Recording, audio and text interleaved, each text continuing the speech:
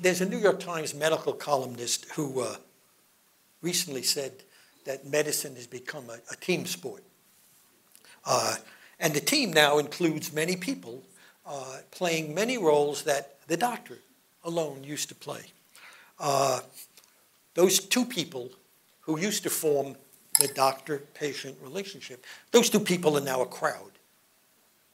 And the team approach is central to much of medical care today. Dr. Harold illustrated that. The college is focused on team care. We are fortunate today to have two uniquely qualified experts to talk about this, the cardiac team and the patient in patient-centered care.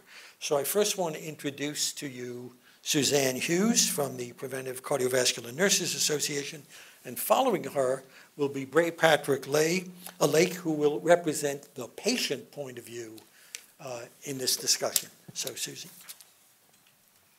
Thank you very much, and I really want to thank the college and the team here for inviting me to be part of this really important gathering today. So I'd like to talk to you a little bit, first of all, about how the American College of Cardiology over 10 years ago now began integrating non-physicians as members, a real break with tradition for this traditionally physician organization. And then we'll talk a little bit about how the team approach to care is really very consistent with the patient-centered approach. And then I'd like to close with some comments about the critical importance of clinician-patient communication in patient-centeredness. And so in 2002, the American College of Cardiology began to welcome nurses, nurse practitioners, pharmacists, and physician assistants as members of the college. And that group, as a unit, is called Cardiac Care Associates. So that describes those members.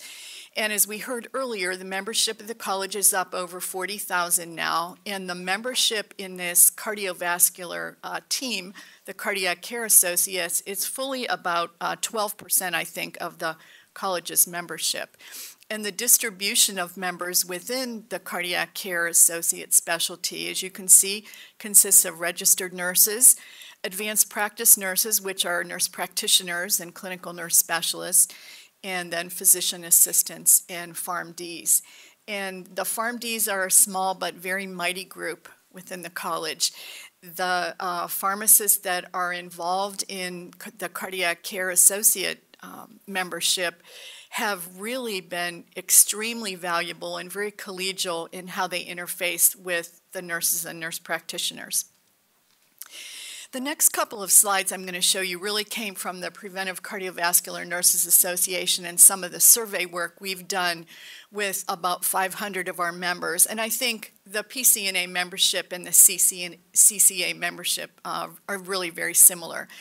So as you can see here, when our nurse members were asked how much time do you spend with patients during the initial visit, the most common answer was 60 minutes or more. And you can see likewise that most are spending somewhere between 15 and 60 minutes. So we, of course, don't have corresponding survey data from physicians, but I think we could safely conclude that nursing professionals may have the opportunity to develop a very close partnering relationship with patients because of the fact that they can spend a little bit more time. And to one of the questions that was asked earlier in the session, like, how do we do this when we're not getting reimbursed? And I think this is a place where we really look at how can we involve the whole team? Because although a nurse's time certainly isn't free, it's somewhat less expensive than a physician's and may be part of the answer to how do we educate patients and how do we introduce them to the shared decision making. And then a second question we asked our nurse respondents is, do you make recommendations for prescriptions or do you prescribe yourself? And even though less than 30% of these respondents were prescribers, look at how many nurses make recommendations about patient treatment to their physician colleagues. And I know when I worked in a community cardiology practice, a lot of what I did was counseling patients on lipid management, lifestyle change, and many times the physician would come out of the room and say, "What's the statin du jour? What should we be using with this patient?" And so very often nurses kind of do develop a specialty, and the cardiologist may be more of a generalist, and they may have an important role in kind of weighing in on treatment. And again, nurses may have insight about the patient's preferences and lifestyle that they bring to the table. And I think another important thing to realize in terms of nurses, even those who are not advanced practice nurses, is the key role that the nursing community plays in patients' long-term persistence with therapy. So who do you think gets those calls about side effects from blood pressure medicine, statin medications, antiplatelet therapy? And so I think nurses are very powerful in keeping patients on treatment. And you know, it's one thing, back to the CCA membership, it's one thing to let somebody join your club, but it's another thing to really fully integrate them as participants in the organization. And this is just one example, a health policy statement that was published last year. This was a team of writers that included physicians, nurses, nurse practitioners, PharmDs, and even patients. And so the college is really very sincere about this component of the membership. When you look at the origins of the nursing profession, the word patient advocate is really integral to the role of the nurse, even from a historical perspective. So think back to your Latin. Advocate comes from vocare, meaning to speak for. And so it's really embedded in kind of what a nurse does and who a nurse is, that we support the patient's viewpoint.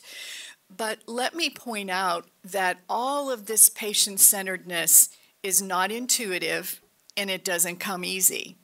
And our physician colleagues don't have a corner on the market of the tendency to be paternalistic and even sometimes authoritarian in our approach to patients. This is something that all of us really need to work on.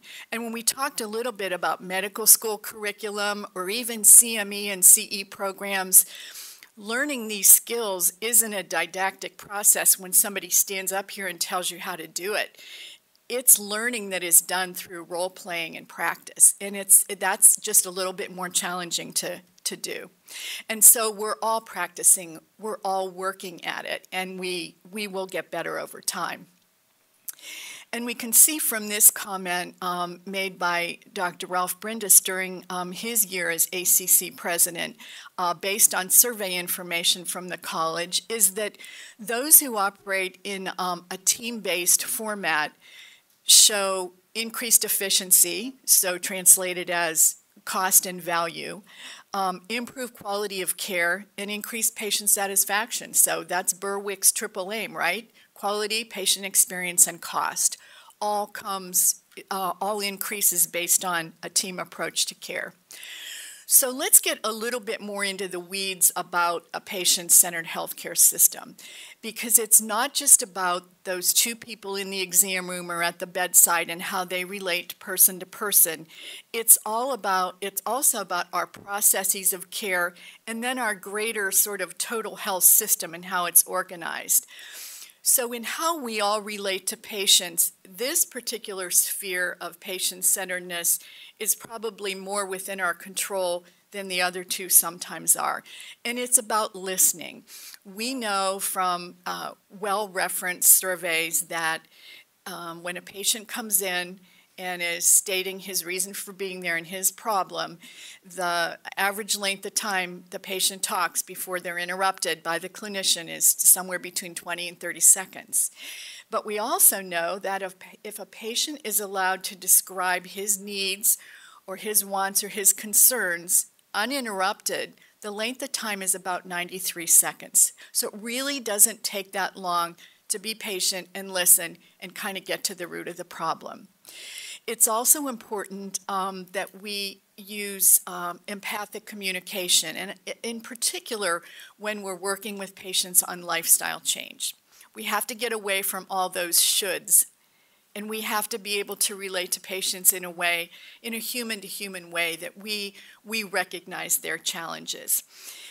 Knowing the patient as whole and unique, as Minna talked about the shared decision-making, knowing kind of what makes that patient tick and finding that common ground based on their preferences. And it's also important that we look at our entire team.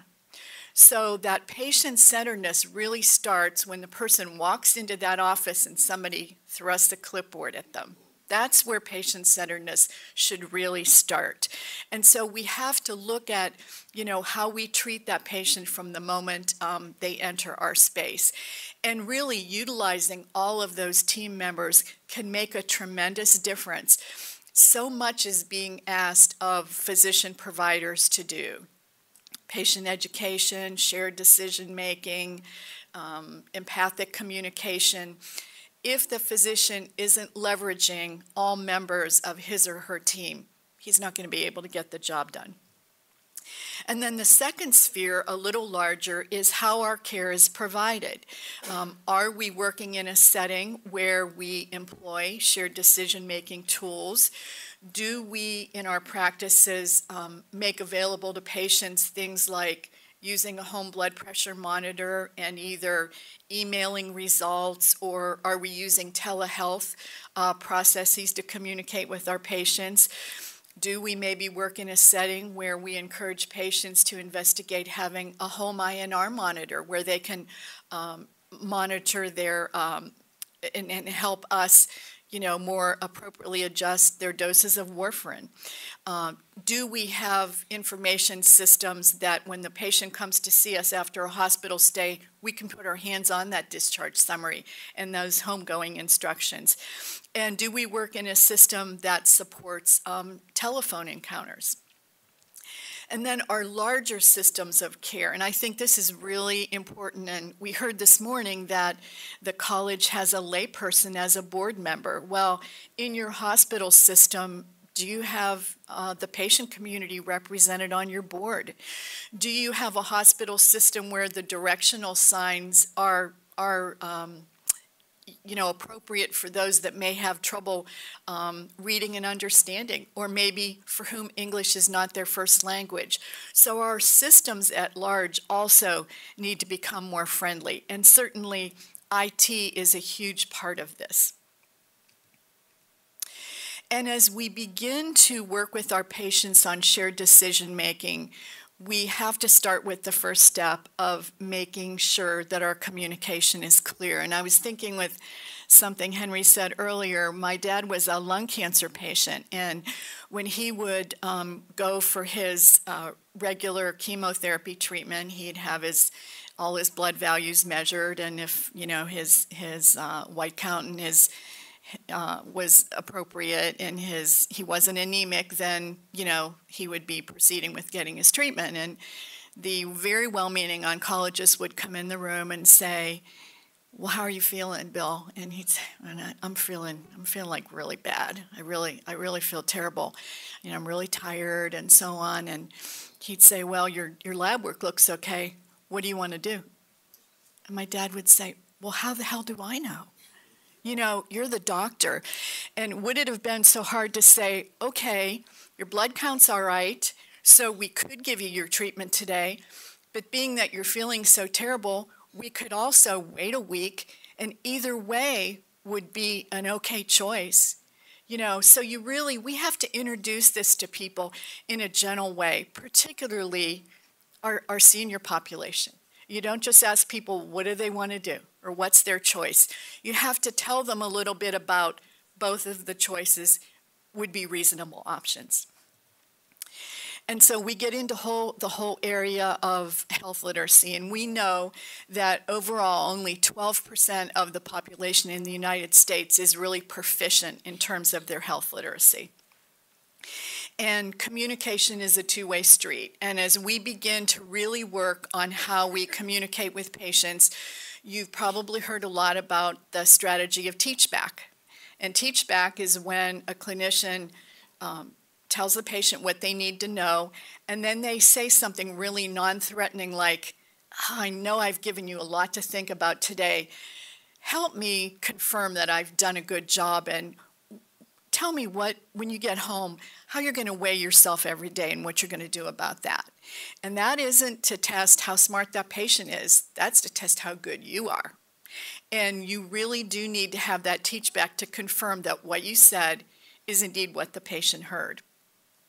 I think this is interesting. As Minnow mentioned, a lot of the literature on shared decision-making doesn't really come from cardiovascular care. It comes from primary care and also from cancer literature. And many times, clinicians very sincerely think they know what's important to patients. And so when these doctors and female patients with breast cancer were asked what was important, you can see that what the physicians thought was important to the patient wasn't necessarily what was important to the individual patients. And so shared decision-making, very simply, is a meeting of two experts. The clinician is the expert on the disease process and the treatment options, and the patient is an expert on what's important to them. And so Minnow stole my story, but this was actually a pal of mine who took his father to a retina specialist, and he had macular degeneration, and he went along with his dad, who was, I think, a man in his 70s, and the specialist went very respectfully through all the information, the disease process, what they could do, and used, of course, the lingo of his medical specialty. And when he was finished, my friend said, you know, can you go through that again? Because I don't know the language of your specialty. And that friend of mine was an FACC. And so we're not talking about dumbing it down. We're talking about using a common language. Think about if someone came to talk to you about how you needed a new furnace, or you were getting your car repaired, or how you communicate with your accountant when it's tax time. You want to hear that in language that you understand. And so, as I mentioned earlier in the question area, there's really two schools of thought in health literacy. Do we test everyone? Do we talk to them about their educational level or how well they read? Or do we use a universal precautions approach and communicate with everyone in living room language? And it is sometimes difficult when you develop patient education pieces to do those readability tests, because when you get words in documents like familial hypercholesterolemia, you know, guess what that's going to do to the reading level when you use those gauges. And we have to use some of those words because that's what that is. And we have found that the best way to test our materials is to have patients review them before they're finalized. Real patients in the real target population, all colors, all sexes, all ages, and make sure that we're hitting the mark. One of the reasons this information is so important is that our cardiovascular patients are older. And this is kind of scary, but when you're 65, if someone would do the TOFLA test on you to see what your understanding is of something you read, no matter where you are, by the time you're 85, your understanding or your health literacy level is going to decline. So as you can see, our patients that we deal with in the cardiovascular world, by the time they're over 75, there aren't many who are still in that proficient category. And so you may be talking to someone who's a retired chemical engineer or a physician or very educated, well-spoken person, but as we age, our ability to understand complex information indeed decreases. And so all healthcare professional societies are working very hard to develop patient-facing information that is easily understood. And at PCNA, we actually developed kind of a style guide that kind of put a stake in the sand about what our materials would look like. And it isn't only about, you know, the length of the words or the syllables. It's also about starting out with what the patient really needs to know. And it isn't the heart is a four-chambered organ. It's what they need to know to take care of themselves. And that it helps to clarify things that are difficult to understand. And we also really wanted to establish standards for the writing style and the approach to the reader so that it should be warm and supportive. When you're talking to patients, we try to avoid things like should and kind of that whole preachy approach. And to use interactivity, quizzes, things that engage patients, really make use of adult learning theory. You learn better if you're interacting with the material and if you stop and chunk and ask questions. And I think that we have learned from what we've heard this morning and will hear as we move on today, that our patients do want to be involved, they do want to participate in their care, and by involving them, we will be meeting all three tenets of healthcare quality, and that is improving the patient's experience with care, increasing value and decreasing cost, and importantly, improving our healthcare outcomes. Thank you.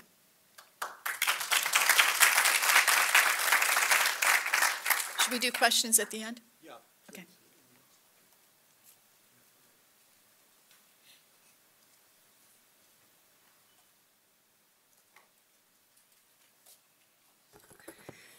Hi, everybody. I am Bray Patrick Lake, and I'm here to speak to you as the patient, and mostly as a person, I feel like. I mean, really, we're all patients.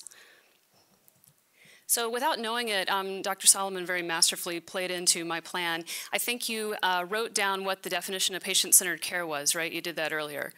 Okay, so for the purpose of my talk, I'm using the IOM definition, and I was wondering if any of you had this almost verbatim, or if you had all these key elements of this definition. Don't be shy. Okay, I see three of you, and the good news is I'm going to let one of you come up here and give my talk. So you, sir, if you would like to come on up. So I really want to start the story at the beginning. I feel like as a patient, we're a bit asleep at the wheel. So a lot of us are going along, we're enjoying our good health, we might be going to our annual exams, we're really not thinking about being a patient. And then something happens. You either have some type of medical event or you have a diagnosis that you receive. In my case, it was at a bit of a young age for congenital heart disease, and I'm like the most fit person in my family. I eat good food. My parents have made it to 70. I don't want to go too much into to trashing them, but I think they don't exercise very well. They eat a bunch of junk, and they've yet to need to see a cardiologist, and it's just a bit baffling. So I was really particularly unprepared. All of a sudden, you get your diagnosis, and you find yourself transitioning from somebody who's just kind of an average person to the patient. And we really aren't prepared to even participate in this conversation. You go into your appointments and it's a foreign language. You're not thinking, disease management, risks and benefits.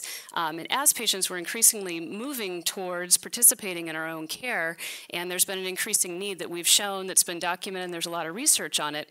But there's still a process of becoming a good patient, and it requires support from your physician. It requires the team care model, in my opinion, that's the comprehensive, getting patients information and helping them navigate this process, that they're coming into not necessarily eyes wide open, kind of learning as things go on what's important.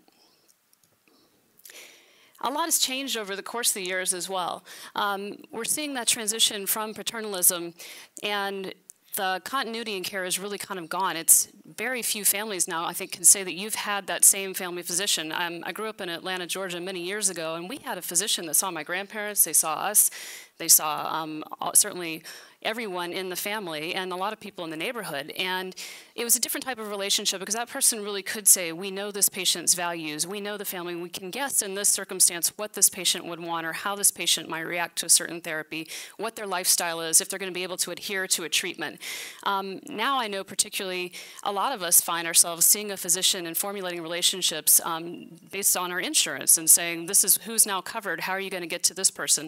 And so those same relationships are not in place, and that's really kind of complicated things. Physician-patient relationships, you've only got so much time, and in walks this patient.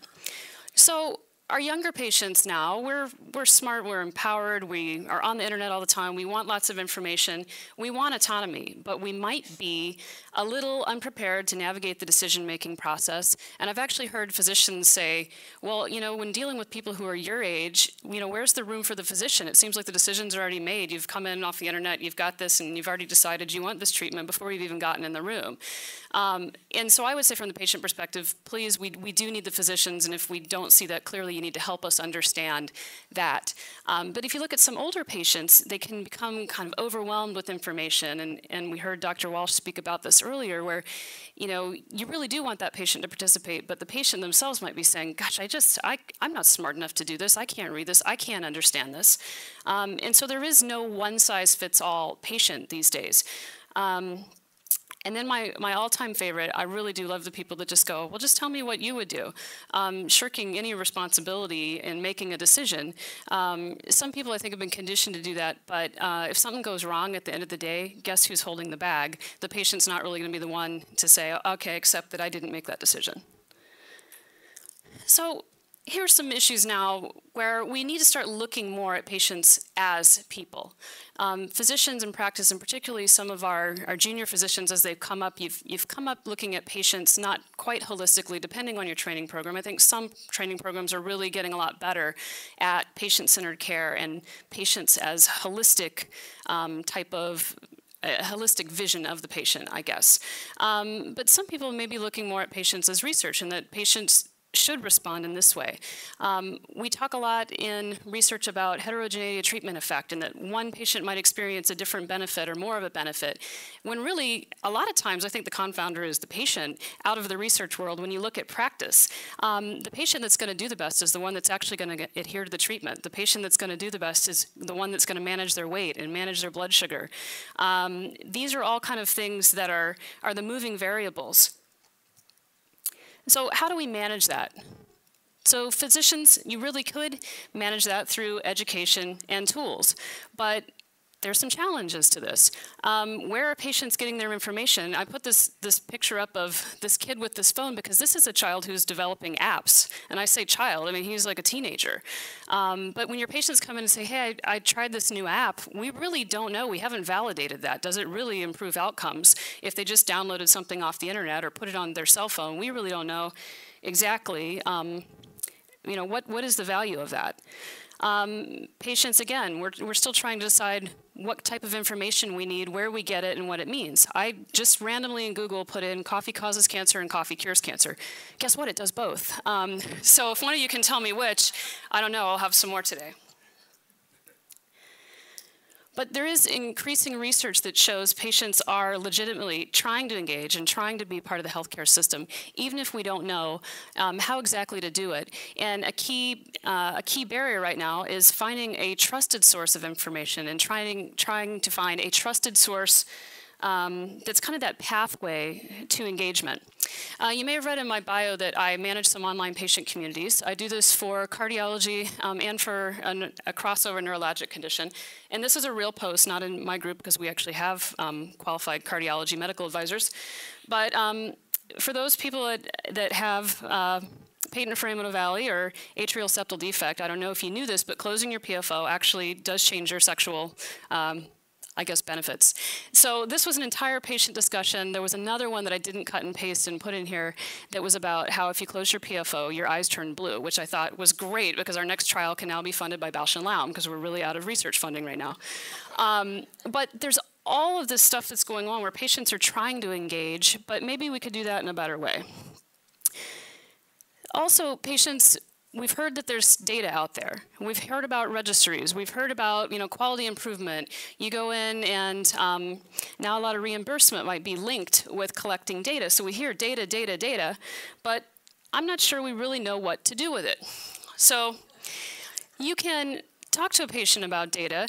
You can try to explain the randomized controlled clinical trial that this is the gold standard.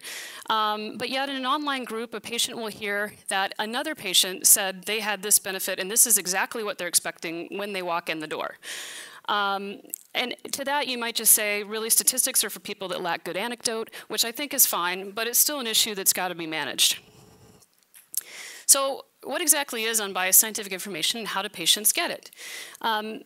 We talk a lot in the research world about data that's collected in a scientifically meaningful way, and that if you're participating in the national conversation on data sharing and transparency, certainly the full disclosure of results, negative results being as important as positive results. Data that's presented to patients without a preference or a bias. And Dr. Walsh, I'm trying to remember, it was you and was it Dr. Lewis discussing about how you try to present the same information exactly the same way to the patients, but your personal bias still managed to come through and influence their decision. So sometimes it's not quite as straightforward, even when you do make that effort. I think there's still got to be some type of tool, and we're still doing a lot of work around that, particularly at the Shared Decision-Making Committee. Data that's presented by an unbiased party. I know in industry, we have a lot of industry folks here this afternoon that you work hard, you get data, but there's still kind of, from the patient perspective, that there can be a lack of trust sometimes or a lack of confidence when it comes from industry. And I heard a physician one time, I said, well, where did you get this information? He said, well, this pharma company created this pamphlet and then handed it to me. And the patients in the room, I saw like the nails on the chalkboard, and it might be true, but I think if there's the mitigator of the patient advocacy group or the professional society who's saying, yes, this really is the best data, then we have that relationship. And then we actually can, I think, participate in our own care and decision-making and have trust in that type of data. I happened to do some work for Rob Califf, for those of you who know Rob Califf at Duke, and Rob talks a lot about the type of evidence that's out in the community that is influencing patient care. And there was a study that was actually done that showed that about 25% of even professional guidelines may only be based on randomized clinical trial data. So there's an opportunity here with registries and different mechanisms of collecting evidence, particularly with the advent of PCORI, to look at some of this evidence and figure out how to translate it in a meaningful way and get it back to patients that allows them to participate more in their own care. So the gentleman in the front table, you can present this slide. I was talking about the challenges of healthcare reform and how it really is kind of being pushed through on the back of providers. If you talk to any physician today, I think they'll tell you they spend less time face-to-face with patients, more time documenting and then really trying to figure out, how do I even get this therapy covered for this patient? I think offices can say that we are spending more and more time on this. So how do we do patient-centered care? Isn't that going to make it even one more thing that we have to do in the day? But CardioSource had some really good information that actually showed that there are some misconceptions. It really doesn't cost more. That changes in attitude, kindness, and personalized care optimize patient and family interactions. There are good reasons that we should be doing this, and you're not necessarily going to have to hire more folks to do it. So to go back to the Patient-Centered Care 101, the why that we need to do this, certainly improving health outcomes and quality of life. It's also, I think the bottom line of this slide is it's the right thing to do. So my conclusions, patients are craving education, empowerment, engagement. We really want to be seen more as the p-value and more as your partner in care. We really need to work more on our trusted relationships and employing the cardiovascular team member model with the patient being part of that team. And if we don't, really, I think we're all shorting ourselves. The wheels are just going to continue to spin until we can get some tools and some strategies in place that allow the patient to be a full partner in their care. Thank you.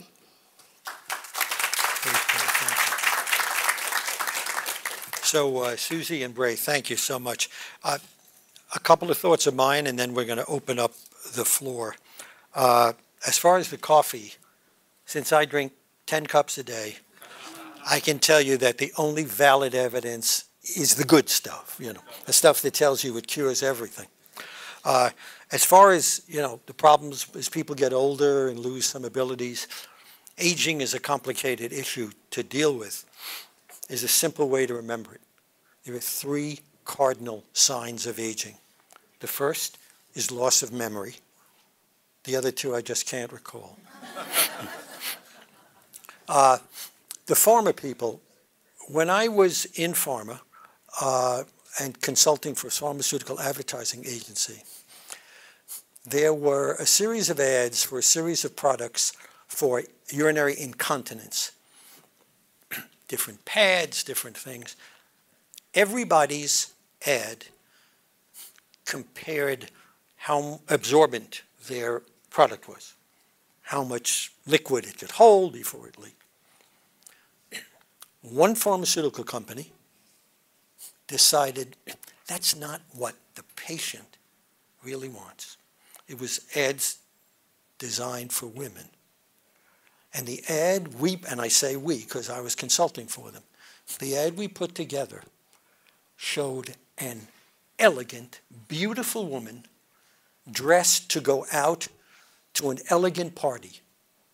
Had nothing about absorbency, how much stuff it would hold. What it said is, they didn't have to say it, the picture showed it. You use this product, you can be the elegant woman you wish to be. The product became #1 in its category. I didn't think of it back then as, patient-centered, patient goal, but when I think of it now, it's exactly what it was. In terms of communication, it is obviously important, but as one of you pointed out, sometimes the patient doesn't want to get engaged in that. A friend of mine treated a veterinarian. The vet came to my cardiology colleague's office, and the doctor started to take a good detailed history. And the vet said, when I treat my patients, I don't have a history. I just look at them, I know what's wrong. Why can't you do that? So my friend looked at her, said, okay, here. He wrote out a prescription, handed it to her, and said, by the way, if it doesn't work, we'll have to put you to sleep. The last thing I want to say, and this is serious. When I practiced, I was a solo practitioner, very small office staff. We didn't have a team, but I like to think that we did practice patient-centered care. So I would argue if you go to a physician and you don't see a whole team, you could still have people doing patient-centered care. A good friend of mine, just 1 month ago, he has been under chemotherapy for a form of lymphoma. It was 4 months after his last treatment, and he developed fever, malaise, and weakness. It was a weekend. His oncologist wasn't around. He went to a local urgy center. The doctor examined him, and there was nothing really to find. He had fever. Took a blood count, and his white count was practically 0. And the doctor said, well, the machine is broken. I can't tell you what your white count is.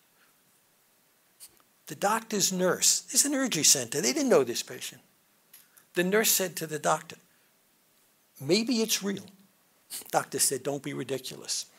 The nurse took her own blood, ran it through the machine, and had a normal white count. And the doctor said, my God, this patient has to be in the hospital. Now, I would argue that nurse did patient-centered care, didn't fit any definition, wasn't collaborative, wasn't communicative. That to me. So maybe we can come back to that during the panel. It's all about caring for the patient, as Dr. Peabody said in 1926. So, floor is open now, obviously. I didn't mean to pontificate. Comments about Susie or Bray's talk or anything that's on your mind about this kind of a thing, the role of the nurse, the patient. I'd love to hear from some of the pharma people. You're all trying to communicate with the patient in one way or another. And Dr. Lessie this afternoon is going to talk to us about how pharma, your organization, is doing some patient-centered things. But how are you looking at the patient when you plan your campaigns? Anybody, please. You know, I remember, Yeah. this is some years back, but I represented our nurses organization at a FDA advisory committee meeting when J&J Merck was working to take lovastatin to OTC status. And I got up and gave a statement which was fairly benign about how if this did become available, how it would need to be accompanied by, you know, good communication, patient education. And one of the physician panelists, who was quite adversarial, asked me at the end, so we doctors can't get patients to take this medicine. What makes you think patients would take it on their own? And I said, what makes you think they wouldn't do better?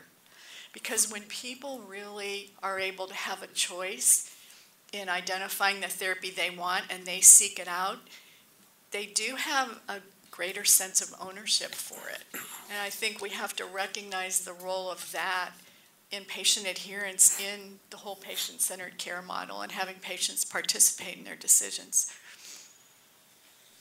Yes. Hi. Yeah, hi. You know, I enjoyed the talks immensely. And one of the things we like to look at and think is very important when designing patient education and programs is to really incorporate this idea of cultural literacy and to, you know, to understand how a patient likes to receive information, the types of information and the places and the venues. And I think a lot of the organizations here do a great job with reaching out, you know, on a cultural basis. And so I'd like to hear your thoughts on that. You know, it's interesting. We just had a piece on FH, which we talked about, and we had it adapted for audiences in Australia and in the UK. And you think, well, wait a minute, everyone speaks English. And it was interesting to us how our colleagues in other parts of the world wanted some of these patient-facing pieces to look just a little bit different, like the pictures of the people, obviously, and some of the different maybe scope of practice issues for nurses in other countries. But we made significant adaptations to be culturally competent in other English-speaking countries. So it's really important to look at your audience and find out what they want and need. We know that some cultures in the United States communicate messages by telling stories. We know some cultures, there's a very paternalistic family structure that, you know, maybe the elder male is like the learned person that helps make the decisions. And so you really have to develop materials knowing things about different kinds of people. And it gets, I think, more and more complex as the composition of the United States changes too.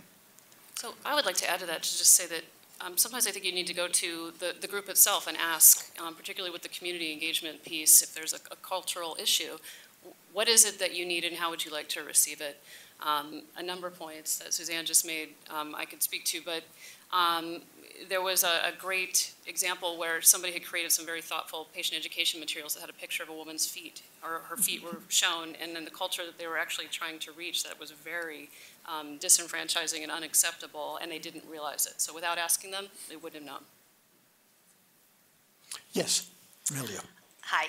So this conversation has changed so much over the years, and I know that we really struggle now with reaching patients where they live. So social media and blogging, and really reaching out to patients where they're getting their information, not outside the doctor's office, outside of DTC.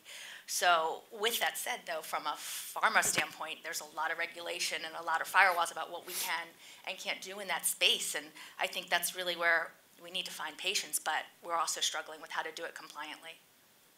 The restrictions on pharma are enormous, but my feeling is, and having been in pharma and been in practice, there got to be creative ways that you can do this that are within the appropriate limits and boundaries. Yes. Hi, I'm Cindy Riley with the American Society of Health System Pharmacists. I guess one of the things that struck me is Bray's slide related to the time spent, speaking with patients versus documentation. I have a very similar slide that I use when I present to my members in terms of the challenges with that. And I think, everyone in this room would agree that, the patient input perspective in this process is important, but it all comes down to the challenges of the environment. I guess I have a question in terms of how other professions are managing this. One of the things my association has done recently, a joint project with the American Pharmacist Association, is looking at different models of patient education, specifically at transitions of care, discharge, to prevent readmissions. And one of the things that we found is, everyone does it a little bit different in terms of, do you counsel patients on their medications when they're discharged, 5 days, or well, it's never 5 days before they're discharged, they're not there that long, 2 days before they're discharged, 5 days after. And we do find that different models work differently, and I think some of that can be predicted based on the models, but I think also in terms of considering the patient's perspective. I mean, we know that discharge is not a teaching moment. Some patients may learn better different times in terms of where the emotional spectrum is. And then also, I think another important thing is that it's time dependent, so the patient decision on what therapy or what course to do, it may seem right at one moment, but I think sometimes people forget you got to go back and reassess that 5 days later they're having an adverse event to the medication, and maybe that's no longer the right course, and that that needs to be reassessed. And I guess I'm just wondering, are other professions looking at different models, or from the patient perspective, what do we know in terms of the timing of the intervention, in terms of what makes it most effective? Does anybody want to comment on that?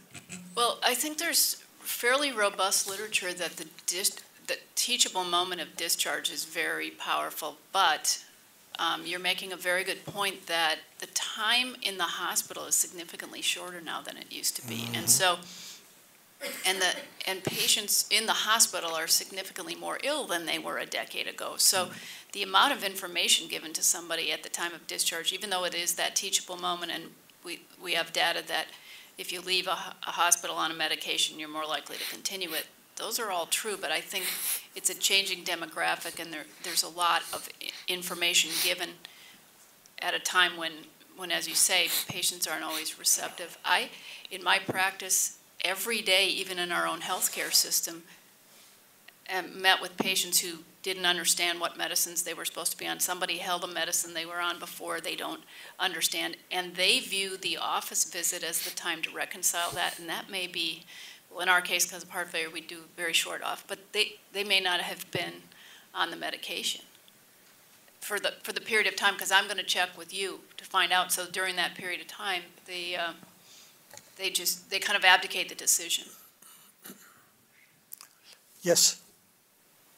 I'll just give one example of what we do relative to this. We do hypertension and CHF, remote monitoring, and patient education engagement when they leave, when they go into the home. So we've spread out in the U.S., our company's actually based in Germany. In the U.S., we do a 30-day program where the first week after we'll talk to the patient, and we use a lot of AHA materials, but we engage them over the telephone, which is the least common denominator. It's not necessarily online or via a smartphone app.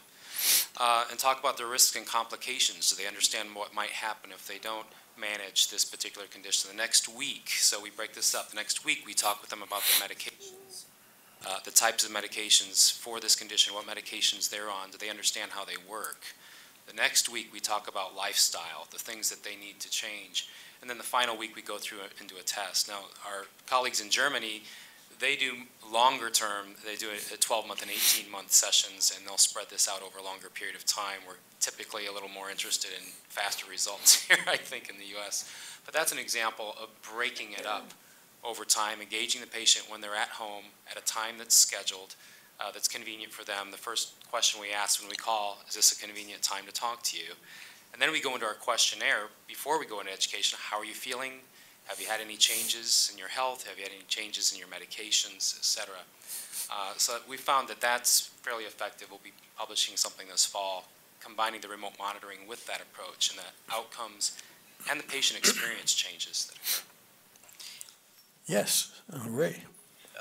One comment regarding the appropriate setting for, med education, et cetera. I think one of the most important time periods, and Dr. Walsh alluded to this, is that first week after release. And so all our high-risk patients are seen generally by an advanced level practitioner within the first week. And then it's not all about hospitalizations. There is a lot of importance that needs to be placed on emergency room visits and how to transition those back to primary care offices within a few days. And I think the metric that tracks all that is the readmission rates, and certainly the government has a big interest in readmission rates now through value-based purchasing, otherwise penalties. And so I think those early visits, that's the setting that we found the most beneficial regarding education. And typically those visits are longer than would be with a physician. Yes, Dr. Lessie. It's just a comment and kind of a reflection. I think I want to highlight the importance of what was stated about building relation between patient advocacy organization and the industry. And I guess my colleagues here also will agree that there's been a lot of progress in that, also on the communication standpoint. We are moving, at least a lot of companies are moving more from a communication tailored more towards marketing versus, synergy with alliance development, understanding, much more what the needs of the patients are, and building long-standing relation. But one comment I also want to make related to that is, as we all go together to this process, and I think we build better relation, it is also important to remove some bias, because I guess this relation have to be based on trust. And if assumptions are made that whatever communication comes from the industry is biased because there is only a commercial interest, I think you remove an important part, which is a lot of the people that work in the industry are some of the most knowledgeable people about, not just the product, but the science behind this and so on. So I think that we should look this in the perspective of building a relation, building trust. It's both about, communicating effectively, but building something that it is truly a partnership. Yes.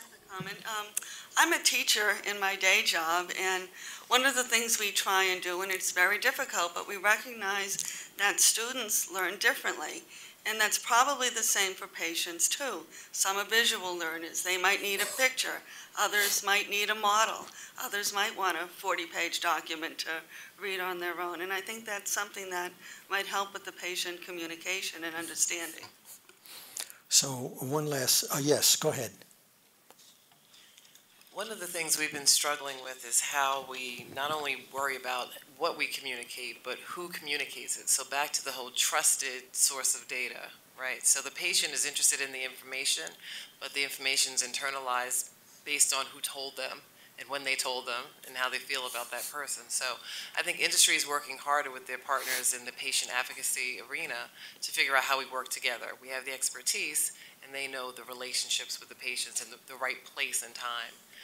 And the who should be in the room when information is shared. So that's something that a lot of industry is working toward. Yes. I would also put on the table that industry does a lot of research.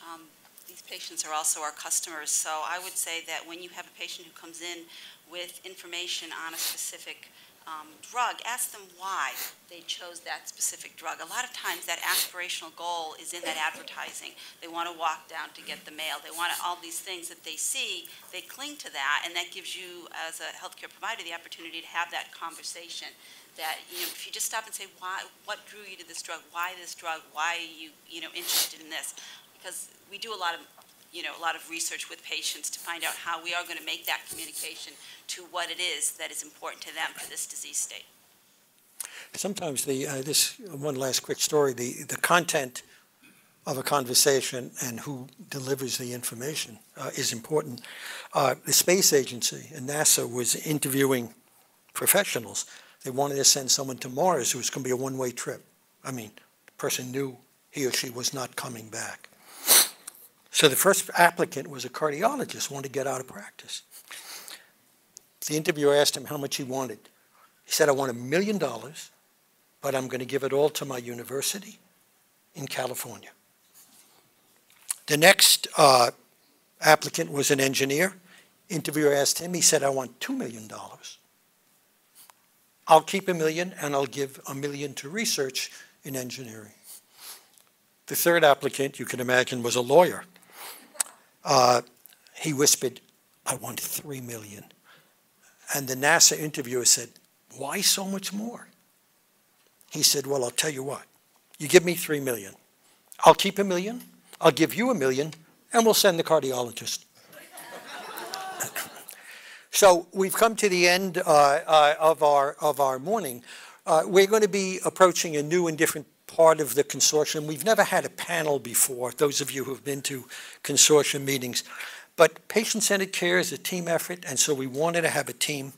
But there's something more important. There's a psychologist who said, you cannot drink the word water, and you cannot get wet from the word rain. Words alone keep you several steps, maybe, from the real experience. So we have assembled a panel for our luncheon panel who really don't just know the words, but they live the experience.